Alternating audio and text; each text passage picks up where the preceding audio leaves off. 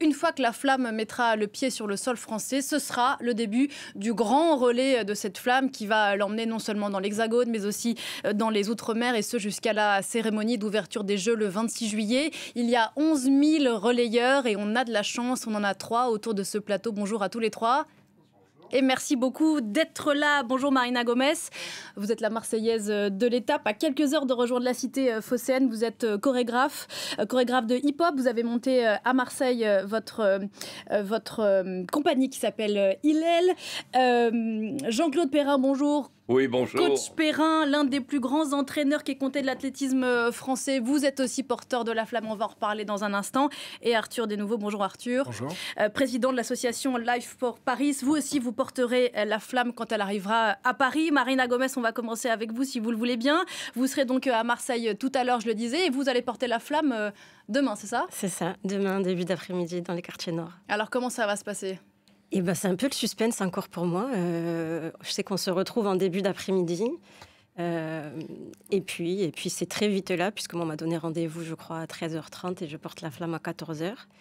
Et c'est en plus dans une zone où ils ont mis en place des activités qui sont en lien aussi avec ce que je fais. Il y a un battle de danse hip-hop, il y a plein de trucs pour les jeunes. Ouais. Donc, quand on vous a appelé pour vous dire que vous alliez être porteuse, relayeuse, qu'est-ce que vous vous êtes dit? J'ai hésité d'abord. Ah ouais, pourquoi? Je me suis un peu questionnée par rapport déjà à ma légitimité à être porteuse de flamme, par rapport au sens au sens des Jeux Olympiques dans le contexte actuel, par rapport à mes engagements à moi aussi. Puis j'en ai parlé à mon entourage, j'ai vu que ça suscitait beaucoup d'envie et de fierté autour de moi. Ensuite, j'ai réfléchi au fait que cette proposition de la part de la ville de Marseille, c'est aussi, je crois, avant tout une reconnaissance de notre travail et de notre action à mon équipe et moi dans les quartiers de Marseille. Et à partir de là, c'est devenu assez évident d'accepter et d'aller représenter moi, mes proches, mes moins proches et tous ceux qui auraient voulu être à ma place aussi. Est-ce que vous vous êtes entraîné? À porter? Ouais. Pas du tout. Alors je vous pose pas trop lourd. Je vous pose la question parce que coach Perrin, lui, s'est beaucoup entraîné, n'est-ce pas? Et vous avez fait une vidéo absolument géniale, coach Perrin, qu'on a vue sur les réseaux sociaux, qu'on va regarder ensemble. Alors c'est vous à l'entraînement. Pour ne pas se rater le jour J, on regarde et on en parle juste après. Je me prépare et je m'entraîne pour porter la flamme. C'est un immense honneur pour moi. Et du reste... la flamme de 412 grammes, elle n'est pas facile à porter. Il faut la mettre à la hauteur de l'oreille. Et puis alors, avec les conditions de vent, il faut la tenir. Elle est comme ça. C'est véritablement... C'est pour ça que je vous demande d'encourager les Parisiens. Venez tous sur le bord de la route pour encourager les porteurs de flammes. Et puis, une chose, quand on voit la flamme, quand on voit le ciel, on est assuré que les Jeux commencent et qu'on est dans les Jeux. L'éternité nous appartient. Magnifique réalisation. Jean-Claude Perrin, vous serez avec cette flamme olympique le 24 juillet à Colombes. Immense honneur? Immense honneur et surtout, je me rends compte maintenant que je vais être le témoin historique d'une grande partie de ma vie.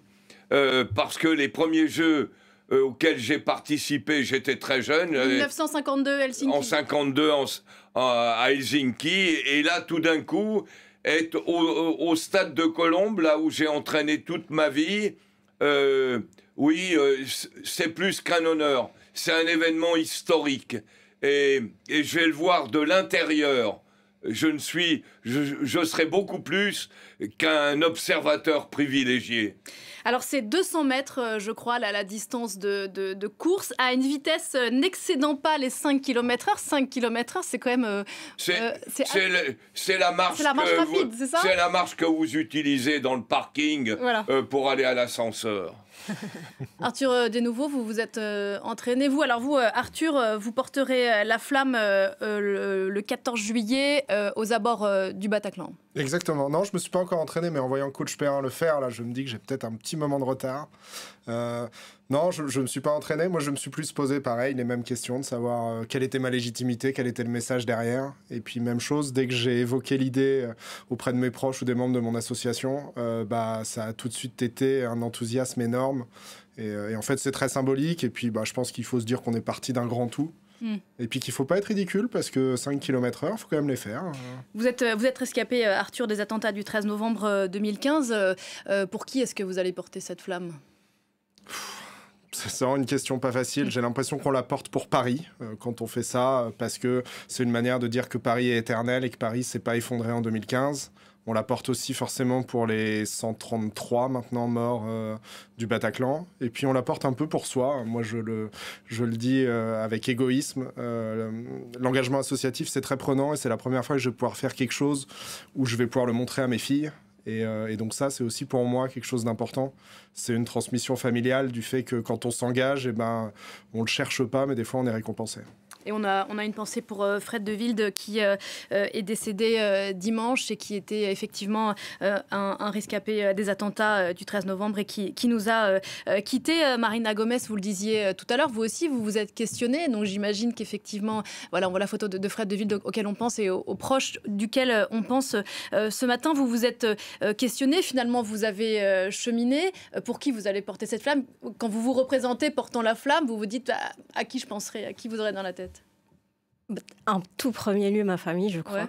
Parce que ça a été les premiers à me pousser à accepter cette proposition en me disant que c'était une chose qui arrive qu'une fois dans la vie, que c'est quelque chose qui fait partie d'une histoire qui est plus grande que nous, plus grande que la France, que le contexte actuel, que Paris aujourd'hui, que c'est quelque chose qui a lieu depuis très longtemps et qui finalement ne se refuse pas, en fait, tout simplement. Mais avant tout, quand on me le propose à moi, c'est pas à moi en tant que personne, je crois, c'est à moi en tant que personne engagée, en fait, dans les quartiers de Marseille, entre autres, mais là, vu qu'on parle de Marseille pour ma part.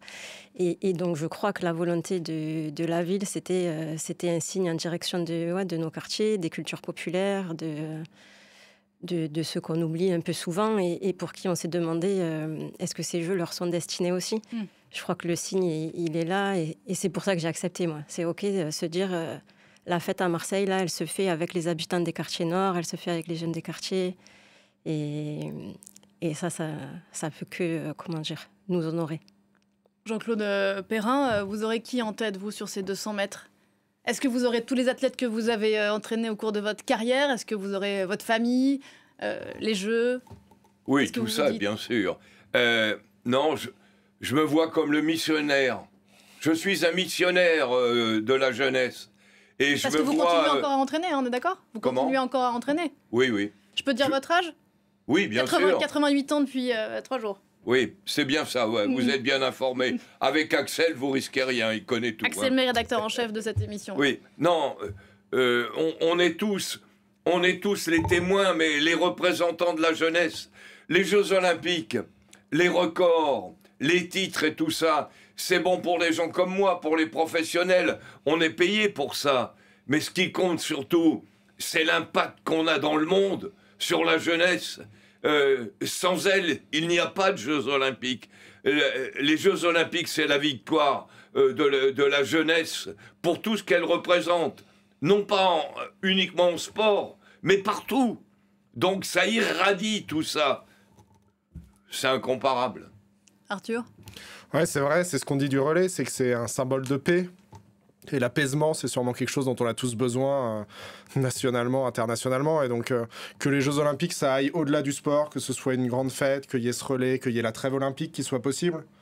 Tout ça, ça en fait... C'est pas un vœu pieux, quoi. C'est pas des... il faut pas que ce soit un vœu pieux. Et je crois que c'est aussi ça, la société civile. On est là pour rappeler à tous ceux qui pourraient en faire un usage un peu facile de com', que nous, on se bat au quotidien pour une société plus apaisée. Et que il serait pas de bon ton de nous utiliser sans rien faire en retour. Oui, Marina Gomez, il y a ces 200 mètres que vous allez faire demain à partir de 14h dans les quartiers nord, mais derrière, il y a X années d'engagement associatif quoi, qui dépasse ce moment-là aussi symbolique, aussi fort qu'il soit, bien sûr. Là, pour moi, on est exactement au moment du symbole, mais finalement, certes, les symboles, c'est important, mais ce qui compte, c'est ce qu'on fait tout autour. Et ce qu'on va en faire derrière aussi, et comment on va continuer à porter les valeurs qu'on défend après cette flamme olympique, comment on va continuer à solliciter le soutien des politiques et autres pour que ce qu'on fait puisse exister avec des conditions dignes de pratique et et d'exercice, quoi. Parce que c'est pas facile tous les jours, c'est un peu la bagarre, quand même. C'est ça le symbole de cette flamme, peut-être, la bagarre. Ouais, Jean-Claude Perrin, on le disait, première Olympiade 1952, Helsinki, vous étiez avec les scouts, vous serez consultant d'ailleurs sur les Jeux de Paris, là, je crois. 84, Los Angeles, l'apothéose, votre athlète Pierre Quignon devient le premier champion olympique français de la perche. Mais est-ce que les Jeux à la maison, ça n'a pas de... C'est au-delà de tout ça.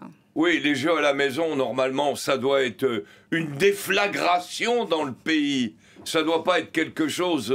ça touche les associations, le monde sportif, les clubs, la jeunesse, les écoles. Il y a un phénomène éducatif, c'est énorme. Isoler les Jeux tels que très très souvent on veut le faire, d'un côté les médias, de l'autre côté les records et tout ça. Non, il faut dépasser ça. Les Jeux, c'est surtout une fête, c'est une association. Et puis, pour nous, c'est un moyen d'expression. Peut-être qu'on va pas être bouffé, comme d'habitude, par le monde politique ou par le monde médiatique. Peut-être qu'on va pouvoir s'exprimer. Vous savez ce qui manque le plus à nos associations, c'est surtout l'expression. Qui peut s'occuper de gosses cet après-midi à 4h, 5h dans les banlieues? Il n'y a que l'abbé Pierre qui pouvait. Lui et d'autres. Non, le poids des Jeux, il est là. Et puis, il ne faut pas répondre uniquement par la partie française. La partie européenne, c'est mondial, c'est universel. Les Jeux, ça va toucher toutes les contrées les plus désertiques du monde. C'est incomparable. Marina Gomez, vous le disiez tout à l'heure, le fait que Marseille soit cette ville qui accueille cette flamme aujourd'hui, le point de départ de ce relais qui va durer 2 mois et demi. Bien sûr qu'il y a la com, bien sûr qu'il y a le symbole, bien sûr qu'il y aura l'image magnifique, sans doute tout à l'heure d'ailleurs dans le vieux port de Marseille. Mais c'est vrai qu'il y a quand même une intention qui est belle. Je pense aussi à la Seine-Saint-Denis. J'espère que tout à l'heure on arrivera à voir Zaya Ziwani, qui est une chef d'orchestre de Seine-Saint-Denis, aussi issue de la société civile, qui se mobilise pour permettre l'accès à tous à la musique classique. Voilà, ces territoires qui sont souvent malmenés, dont on parle souvent assez mal, ils sont quand même, au moins ne serait-ce qu'aujourd'hui, sur le devant de la scène. Oui, je crois que c'est au moins un moment où on se sent associé à ces Jeux olympiques et pas exclu des Jeux et de beaucoup d'autres choses d'ailleurs. Mais ouais, c'est un symbole qu'il faut saisir et porter avec force, je pense. Pour être relayeur, il faut, disent les organisateurs des Jeux, avoir soit l'énergie du sport, je crois que Jean-Claude Perrin en est une bonne illustration, soit l'énergie des territoires, je crois que vous en êtes aussi une belle illustration, soit celle du collectif. Arthur Desnouveaux, ce collectif, il est quand même sacrément mis à mal ces derniers mois. Est-ce que ça peut nous faire du bien au groupe ? Ouais, j'espère qu'en tout cas, c'est un beau symbole pour la France dans toute sa diversité, dans le fait qu'on fait société parce qu'on est différent, qu'on vient d'endroits différents, qu'on est capable de se parler, qu'on est capable de se soutenir quand on fait des choses comme ça. Et donc le collectif, il est très bien représenté par ce relais, en tout cas c'est l'impression que ça donne. Et puis encore une fois, bah oui, ça remet en lumière des territoires, ça remet aussi en lumière d'autres choses, le handicap.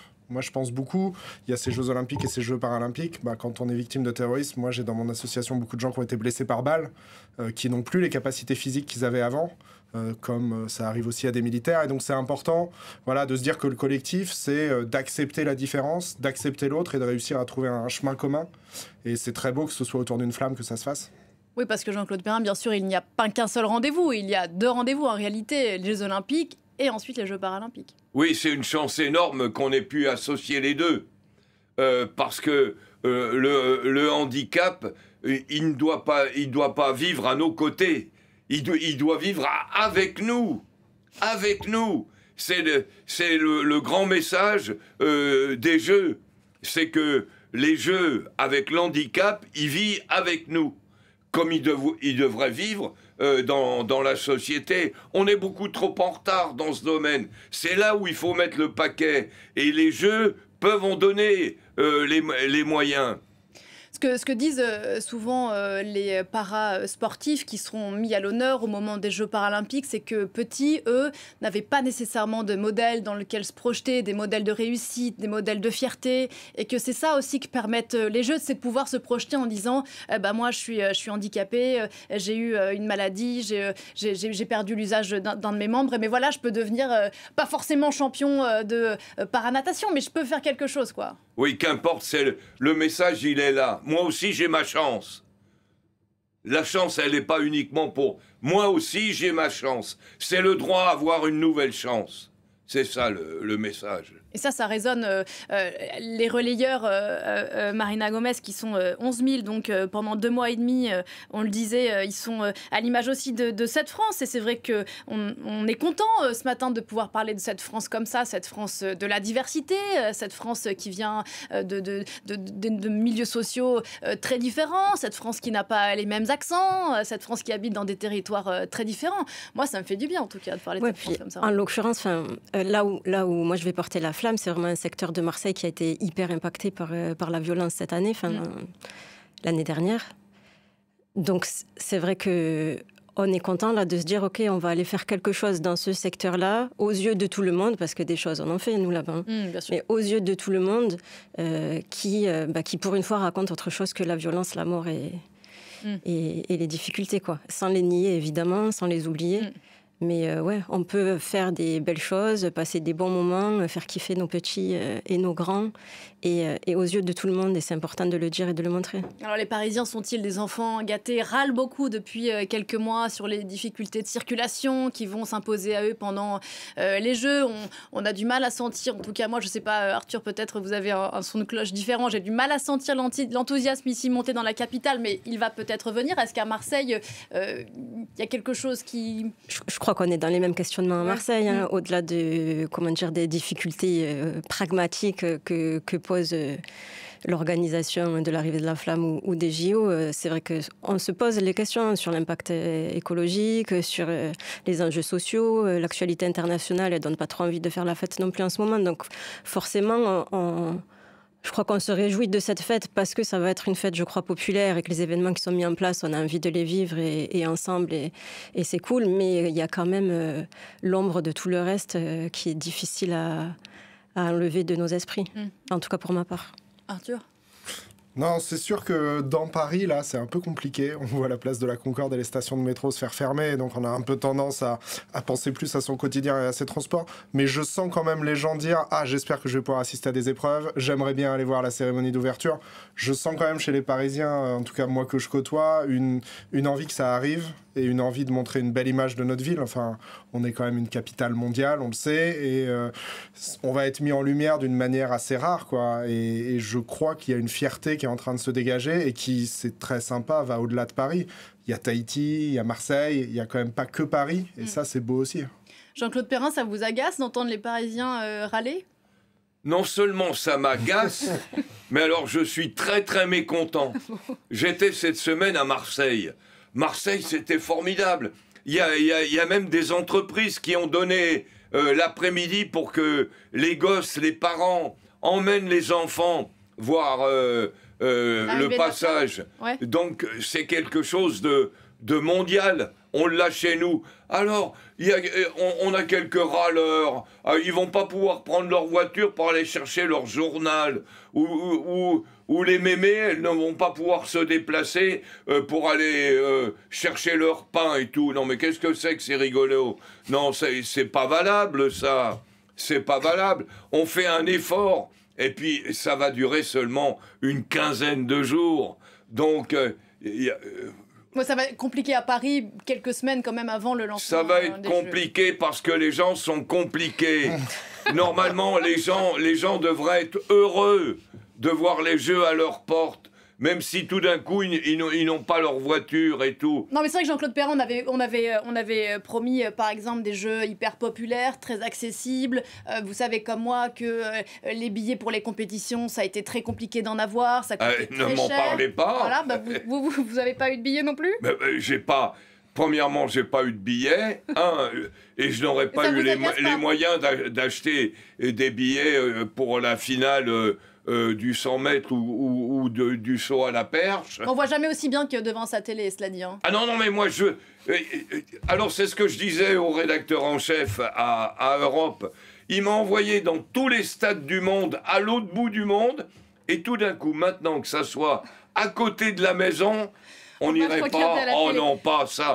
Donc, les gens qui sont mécontents, je leur dis un peu de tolérance, vous savez. On va écouter, on est avec, je crois, quelqu'un de très content de ces jeux. Justine Dupont, bonjour.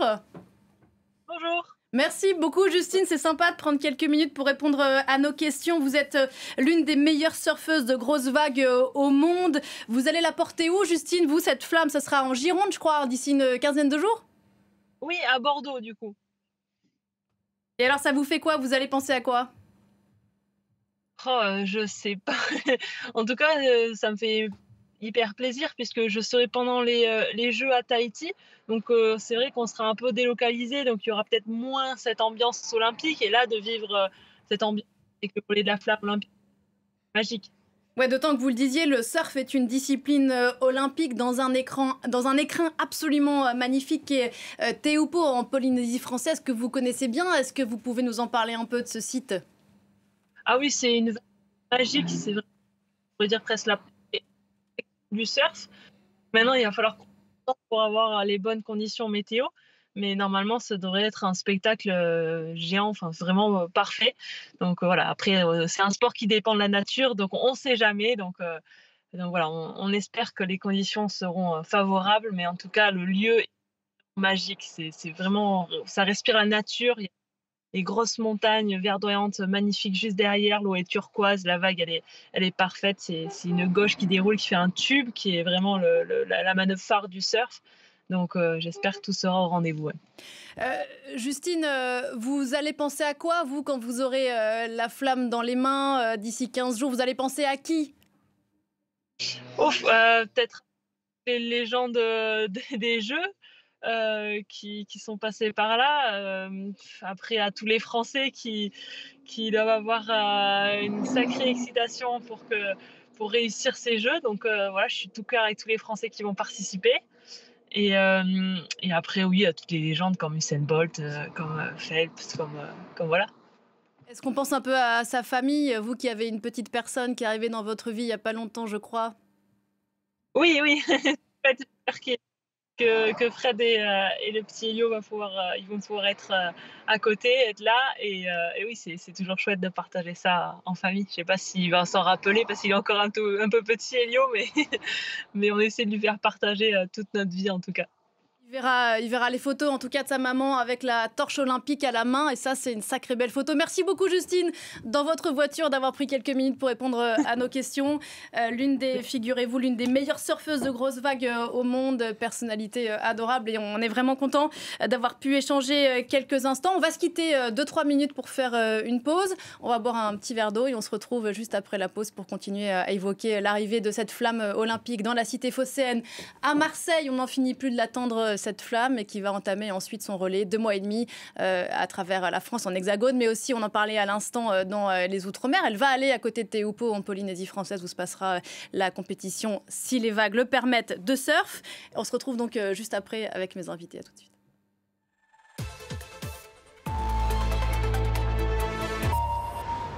10h30 ici à Paris. On est toujours dans Parlons-en, un jour de fête. Aujourd'hui, ils ne sont pas si nombreux en ce moment, alors que la flamme olympique s'apprête à débarquer à Marseille. Et avec elle, tous les espoirs d'une France qui organise ces Jeux à partir du 26 juillet à Paris. Et focus ce matin sur les 11 000 porteurs de cette flamme olympique qui vont se relayer jusqu'à la cérémonie d'ouverture. Donc le 26 juillet, il y a 3 relayeurs parmi nous sur ce plateau. Marina Gomez, merci encore d'être avec nous ce matin, chorégraphe, et votre, je trouve pas le mot ce matin, votre Hillel, voilà, votre compagnie, pardon, à Marseille, excusez-moi, à Marseille, vous allez porter la flamme demain. Coach Perrin, Jean-Claude Perrin est avec nous aussi, mythique entraîneur de l'athlétisme français. Vous porterez la flamme, on le disait, à Colombes le 24 juillet, l'avant-veille de l'ouverture. Sacrée responsabilité, il faut pas se rater. Arthur Desnouveaux, vous, ce sera le 14 juillet, président de l'association Life for Paris, et vous allez courir autour du Bataclan. On est en ligne avec Zaya Ziouani. Bonjour. Bonjour. Merci beaucoup d'avoir pris quelques minutes pour nous répondre. Je sais que vous êtes sur la route, alors c'est vraiment trop sympa de nous rejoindre sur France 24. Vous êtes chef d'orchestre, vous avez monté l'ensemble Divertimento en Seine-Saint-Denis. Vous allez porter la flamme, je crois, à quelques heures avant la cérémonie d'ouverture. Tout à fait, le 26 juillet en effet. Voilà, qu'est-ce que vous aurez dans la tête à ce moment-là, vous pensez ? Écoutez, pour moi c'est un grand honneur déjà. Évidemment, forcément, des Jeux olympiques et paralympiques, ça se vit une fois dans sa vie. Et c'est vrai que tout ce qui m'anime aussi dans mon métier de chef d'orchestre aujourd'hui, c'est de pouvoir partager avec les publics aussi les cultures du monde, pouvoir fédérer des diversités sociales, culturelles et intergénérationnelles. En gros, toutes les valeurs auxquelles on croit pendant les Jeux olympiques et paralympiques. Et puis c'est vrai qu'en Seine-Saint-Denis, c'est un territoire avec en effet parfois des réalités compliquées, mais aussi un énorme dynamisme. C'est aussi ce territoire qui m'a permis de grandir avec du sport et de la culture. Et forcément, donc du coup, porter cette flamme, c'est aussi emmener avec moi toute ma famille, bien évidemment, tous les musiciens qui constituent l'orchestre Divertimento que j'ai créé, et surtout tous les acteurs qui rendent possible ces beaux projets tous les jours. Et donc voilà, donc pour moi, c'est une immense fierté et beaucoup d'honneur. Ouais, ça fait des années, Zaya Ziwani, que vous vous battez en Seine-Saint-Denis pour permettre à tous l'accès à la musique symphonique, à la musique classique, pour avoir accès à cet enseignement merveilleux qu'est la musique. Et donc, vous le disiez, c'est magique pour la Seine-Saint-Denis d'être à ce point au cœur des Jeux. Est-ce qu'il y a vraiment quelque chose qui se passe dans ce département ? Oui, écoutez, déjà, je trouve que c'est important que ce territoire soit également mis en valeur autour de l'excellence sportive, mais l'excellence aussi à plein de niveaux. Encore hier soir, je donnais un concert sur ce territoire-là avec un très célèbre ballet. Je sais que vous avez une chorégraphe à vos côtés aujourd'hui. Ce chorégraphe, c'est Mourad Merzouki. Et on a préparé un très beau spectacle autour de l'orchestre symphonique, de son ballet, pour mettre en valeur l'entrée du breakdance aux Jeux Olympiques. Mais aussi, c'est surtout pour mettre en valeur cet esprit des Jeux. Alors, c'est vrai qu'on parle beaucoup de la dimension inclusive et populaire de ces Jeux. Alors, il y a évidemment assister aux épreuves, mais il y a tout aussi ce qu'on va pouvoir mettre en place comme esprit festif autour. Et puis aussi, il y a l'héritage qui est quelque chose d'important. Et c'est pour ça que l'action que je porte, qui s'inscrit dans le temps, elle est importante aussi. Et donc, aujourd'hui, on essaye avec l'orchestre Divertimento justement de faire participer les habitants à cette grande fête des Jeux Olympiques, à travers aussi des projets musicaux. On fait un point sportif là, depuis le début de l'émission. Zaya Ziwani, vous vous êtes entraîné pour faire 200 mètres à 5 km/h, pas plus vite mais pas plus lentement non plus ? Non, c'est vrai. Écoutez, oui, déjà mon sport, mon métier, c'est sportif. Hier, j'étais en concert et je vous assure que c'est une sacrée performance. Mais oui, bien sûr que je m'entraîne aussi. Et puis c'est l'année du sport. Donc voilà, donc j'ai repris aussi à faire de la natation et puis à courir. Et puis je vais surtout être en forme pour profiter de ce beau moment. Merci infiniment d'avoir pris quelques minutes pour nous répondre, Zaya Ziwani. C'était une grande joie de vous entendre parler de musique et de Seine-Saint-Denis ce matin. Bonne route, parce que je crois que vous êtes sur la route. Oui, alors merci encore. Exactement. Merci mille fois, Coach Perrin. Au revoir à tous. Merci beaucoup. Ça serait l'occasion, effectivement, d'encourager. C'est chouette, quand même, une année où on parle tant de sport, d'encourager tout le monde à se remettre ou à se mettre à faire du sport. Oui, c'est une nouvelle chance qui est offerte. Justement, ça va faire courroie de transmission. Les gens vont découvrir que être en liaison avec son corps. Qu'est-ce que c'est le sport ? Le sport, c'est établir un contact intime avec son corps. C'est pas autre chose. Qu'on fasse 2 heures au marathon, on s'en fout. Hein. Mais ce qu'on veut, c'est être bien. C'est ça. Et le relais de la flamme, il a ce message de bien-être. C'est capital. Il a ce message. Parce que c'est un message où on va voir mélanger des hommes, des femmes, toutes les couleurs de peau, toutes les religions, tous les pays vont être présents et représentés. Donc c'est quelque chose de collectif, universel. On n'en parle pas si souvent, Marina Gomez, le bien que ça fait. Le sport, ouais. Non, mais ça a l'air bête dit comme ça, mais c'est universel à quel point ça fait du bien. C'est universel, et c'est vrai qu'on se rend compte chez nos jeunes qu'il y en a besoin.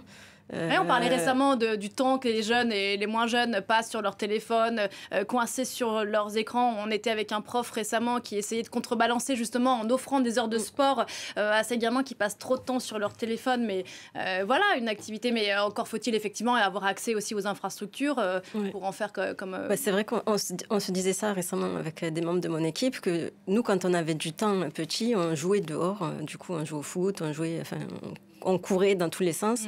Et c'est vrai qu'on se rend compte que chez nos jeunes, qu'il y a quand même une petite inertie en ce moment. Et quand nous, on les récupère pour faire des spectacles et tout, ils ont besoin qu'on les secoue un peu, mais ça va vite. Ils arrivent vite à trouver le sens, l'intérêt et le goût. Arthur, de nouveau, vous disiez tout à l'heure que vous attendez spécifiquement les épreuves de natation. Pourquoi la natation ? Moi, j'ai fait de la natation quand j'étais jeune. Et c'est vraiment un joli sport. C'est un sport qu'en plus, c'est pas très mis en valeur médiatiquement, à part au moment des Jeux. Pour moi, ça fait partie des grands sports olympiques. C'est un peu comme l'athlétisme, mais ça fait partie... Bien sûr. Moi, je le dis... C'est vraiment le point fort des JO. Le football aux Jeux olympiques, c'est pas ce qui me passionne. En revanche, les sports comme l'athlétisme, l'athlétisme ou la natation... Attention, n'allez pas nous contrarier Marina Gomez, car le foot, ça sera à Marseille. Ça sera à Marseille. Bien sûr. Mais donc, moi, ça fait partie des grands sports. Puis on a des belles chances de médailles avec Léon Marchand aux JO et les frères Portal aux Jeux paralympiques, donc ça c'est sympa. Donc moi ça fait partie de ça. Et puis il y a les histoires humaines, on parlait perche, il y a quand même cette perchiste, la Margot Chevrier, qui s'est gravement blessée, savoir si elle va réussir à revenir ou pas.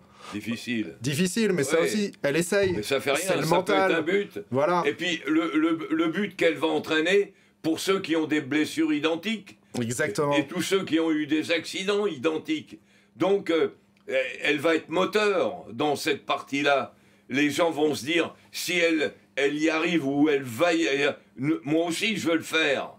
Coach Perrin, il n'y aura jamais plus beau comme épreuve au JO d'été que la 100 mètres, la finale du 100 mètres ? Non, tout est beau. Mais c'est la distance la plus courte où les gens vont le plus vite. Le stade est immobile. Une finale de 100 mètres, il y a... Ça dure combien de temps 10 secondes ? Un peu moins. Un journaliste qui laisse tomber un crayon, tout le monde se retourne et tellement ça fait de bruit. Une finale de 100 mètres, c'est quelque chose de très très court, qui va très très vite et dont on parle toute la vie. Et votre plus beau souvenir de 100 mètres, c'est quoi ? J'ai vu Bolt, mais à Rome, ça a été très très crispant parce que ça a été... Les premiers ont été départagés au centième de seconde. C'est très court. Mais Bolt, c'était le plus beau ? Je vais vous décevoir. Non. Ils sont tous beaux. C'est comme les enfants. Quand vous avez un enfant, on dit « Oh, c'est le plus beau ». Ils sont tous beaux, les coureurs de 100 mètres. Ils vont vite, c'est magique. Ils captent toute l'énergie du stade. Évidemment, la plus belle épreuve étant, comme on le sait, le saut à la perche. Évidemment. On a des chances de médaille en saut à la perche ? Mais bien sûr. Bien sûr. Que dis-je ? Tout garçon, toute fille qui rentre sur le stade, il a une chance. C'est ça la magie des Jeux.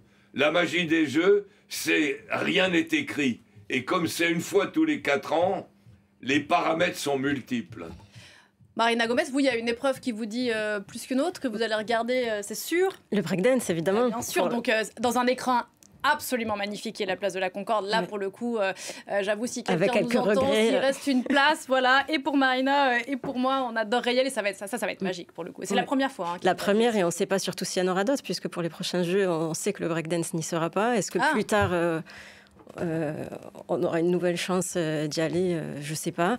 Après, moi, de toute façon, pour nous, le breakdance, il vit constamment et dans nos rues et dans nos villes. Donc, avec ou sans JO, les battles, ils sont là, la danse, elle est là. Ce qui est super, c'est qu'il y a aussi tout un travail pédagogique à faire autour du breakdance parce qu'on ne connaît pas comment les mortels ne connaissent pas, et parce que c'est très codifié, il y a des règles, il y a des temps, c'est vrai que nous, on ne se rend pas trop compte parce qu'on a vraiment la tête dedans. Mais effectivement, ça va être une découverte, je pense, pour beaucoup de monde, et on espère que ce monde qui va découvrir le break à travers les JO sera là avec nous ensuite, sur tous les événements qui ont lieu tout le temps, toute l'année. Il y a des battles tout le temps. Les gens, je ne sais pas si les gens savent, mais il y a des battles de danse tout le temps, tous les week-ends, dans toutes les villes. Il y a des battles de danse de break public, complètement ouvertes. En général, c'est pas cher en plus. Donc, autant pour venir danser que pour venir regarder. Il y a le break qui est hyper acrobatique et physique, mais il y a d'autres types de danse qui sont aussi plus accessibles. Et Donc c'est ça qu'on a envie et qu'on espère à travers ces Jeux, quoi. Il y a une inconnue à l'heure où l'on se parle, c'est la cérémonie d'ouverture censée avoir lieu sur la Seine avec cette parade de bateaux. Jean-Claude Perrin, vous croyez que ça va le faire ? Oui, bien sûr, c'est une très bonne idée. C'était une très bonne idée. Compliqué. Est-ce qu'elle était réaliste, cette idée ?